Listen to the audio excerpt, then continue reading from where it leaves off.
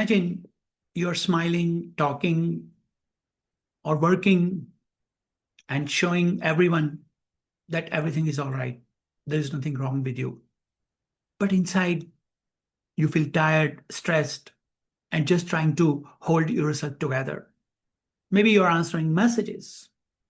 Maybe you are helping someone or doing your job, your work, and someone asks you, "Hey, how are you?"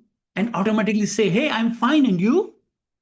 But inside, you know that you're not fully fine. Your shoulders are tight, your jaws feel tense, and your breathing feels shallow. And your mind is moving from one thought to the another, here and there, here and there. And very deep down inside you, a quiet part is asking you, "Hey, can you stop for a moment? Can you pause?" And in my experience, this is where mental wellness begins, when you start listening to yourself, stopping and understanding. Not when you pretend everything is okay, but when you start noticing what is really happening inside you, then the mental healthness begins.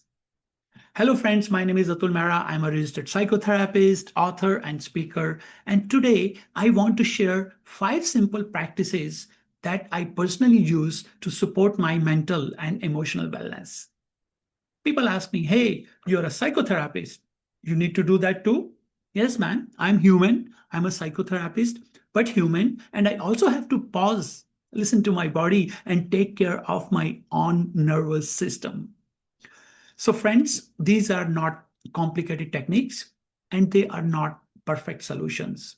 They're small, practical habits that help me to come back to myself before stress becomes overwhelming or too loud. And maybe these techniques can help you too. So, my first thing is that I listen to my body before it has to scream. Yes. So I listen to my body before it has to shout, because in my experience, the body often tells the truth before the mind accepts it. The mind can say, "Hey, I'm fine. Nothing is wrong. Just keep going. Everything is all right." But the body shows something different. It shows up as tension, tiredness, uneasiness, or a feeling that something inside us needs attention. So when I notice these signs, I try not to ignore them. I pause and I ask myself, what is my body trying to tell me? Am I overboard? Maybe I'm saying yes when I need to say no. Or I'm carrying something emotionally. Do I need rest, space, or support? I believe the body whispers before it screams, because mental wellness begins when we want to listen during that whisper stage. The second thing I do, I take small pauses during the day. Yes, I take small pauses, not big dramatic pauses. What can be dramatic pauses? Maybe not 1 hour of meditation with perfect music, candle, and a mountain behind me, imagining. That sounds beautiful, isn't it? Of course, but daily life is not always that poetic. Sometimes we need one honest minute with ourselves. So before I begin a session, write something important or speak to an audience, and I often take one quiet moment. I feel my feet. I breathe slowly. I relax my shoulders, and then I remind myself, I'm here and I do not have to rush this moment. Even a small pause can change the direction of the nervous system. It helps me to move from reacting to responding. Because when the body feels a little safer, the mind becomes a little clearer. The third thing I use, I stay curious about my emotions. Yes, it's very important for me to stay curious about my body responses or emotions. Earlier, when anxiety or discomfort appeared, the natural reaction could be, hey, or I used to say, why this is happening to me again? Is something wrong with me? Or I should not feel this way. Others are going to notice it. But now I try to ask a different question. What is this feeling trying to tell me? And that question changes the relationship.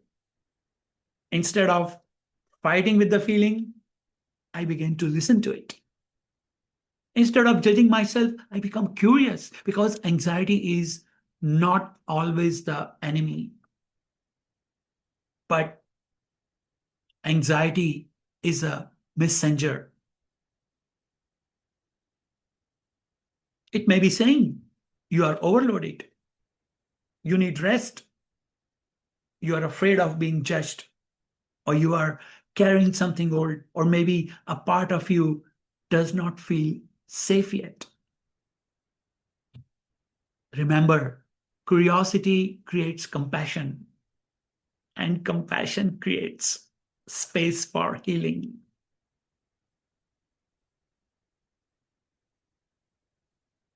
My fourth thing is to return to my purpose. Yeah, that is I do. I return to my purpose. What is my purpose? Like everyone else, I also feel tired, distracted, or discouraged. Sometimes, yes. Being a psychotherapist does not mean that I float above life with permanent peace on my face and my heart. I'm a human, like you, like everyone. So when I feel heavy or overwhelmed, I ask myself, why I'm doing this work? Why? And the answer is simple. I do this work because many people are suffering silently. They may look okay from the outside, but inside they are carrying that anxiety, that fear, shame, or confusion. And sometimes, before any technique or advice, they just need to feel understood. So when someone says, for the first time, I feel understood, it brings me back to my purpose. It reminds me that this work is not only about therapy sessions, talks, books, or courses. It is about helping people feel less alone, less ashamed, and less afraid of what is happening inside them. And honestly, I have to keep practicing that kindness with myself too, right? The fifth thing I use is humor to stay human. Yes, I use a lot of humor. You know, mental health work is very deep, but it does not always have to feel heavy. Humor gives us breathing space. It helps us face difficult emotions without feeling completely overwhelmed.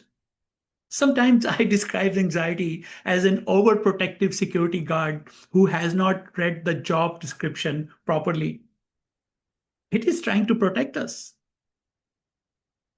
But what happens when sometimes it locks all the doors, turns all the alarms, and creates panic even when there is no real emergency? At that time, at that moment, that little bit of humor helps us relax.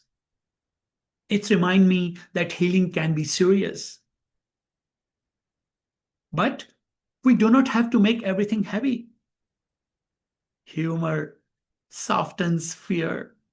And when we use with care, humor can become part of healing. So these are 5 simple practices I personally use to support my mental and emotional wellness. I listen to my body before it has to shout.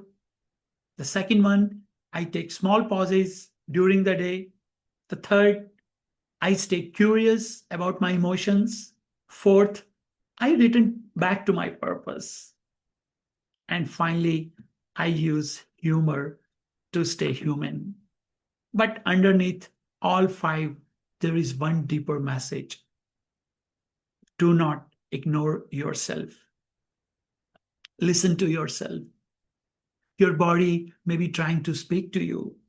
Your emotions may be trying to guide you. Your anxiety may be trying to tell you something important. My hope is that more people begin to see mental health not as something to hide, but as something to understand. And especially with anxiety, I hope people remember this. Maybe anxiety is not here to harm you. Maybe it is asking you to listen. Thank you.